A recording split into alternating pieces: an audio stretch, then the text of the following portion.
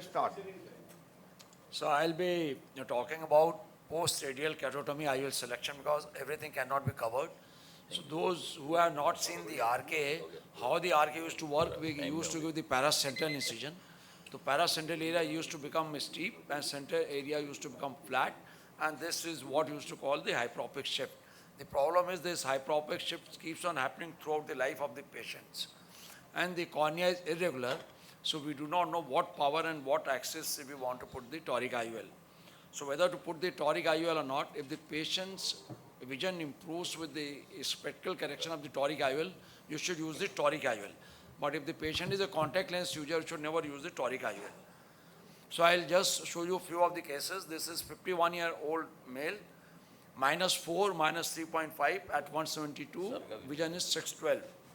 So once we did the optical biometry, look at the average K was 37.49 and the IOL power we were getting was 13.5.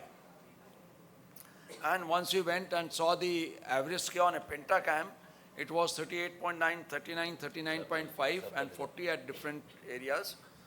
So once then we went on to the prior RK on IOL calc ascrs.org, and what we found was that the max was 13.56, so biometric, and then whether to use the toric IOL or not. So in this case, the astigmatism of all, whether it was a pentacam or the refraction or the optical biometer was same, more or less same, and axis was same, so there is no agitation. And once we put this, I always target -1 these patients, and we got the power of 15, which if you do the back calculation, the patient is using around its surgical equivalent of -6.25, so that really matches it well with it. This is the another case. So this is RK 30 years back, and if you see the astigmatism is 6.25, IOL power is 21, average K is 36.6. Pentacam axis is 149 and average K is 32.54 diopter of difference. In the first case, optical biometer was correct because the flattest K we got was on optical biometer. In this, flattest is on the pentacam. So once we put on -1, now the power what we got was 29 diopter. That means if we would have gone by optical biometer, we would have been grossly wrong. So whatever instrument is giving you the flattest K, that you have got to take. Now the problem was what axis the IOL we should use. One is giving 172, another is 149. And in these cases, the refraction of the patient is the most crucial. And the patient's acceptance was 165 degrees. So we implanted the lens at 165 degrees and we got a good result. So this is the another patient. And you can see that the optical biometer is giving the reading of 10.5 and average K is 41.64. And this is the calculation I did, and we placed the 12.5. 3 weeks later, patient had plus 13.5 diopter of error, and acceptance was plus 9 and 4.5 at 140 degree. After 1 month, we explanted the lens and put the 27 diopter of lens. Patient's spherical equivalent was still plus 0.5. So we know that the optical biometer is 1 diopter is equivalent to refraction of 0.67. 2/3 ratio is there. So if we now do the spherical equivalent calculation, spherical equivalent error was 9 plus 4.5, 11.25, and 1.5 times of this is 16.87. 12.5 plus 16.87 is 29.37. So the patient's refraction, this was the patient where I got into the trouble. I started back calculating if the patient's refraction is this, how we should calculate.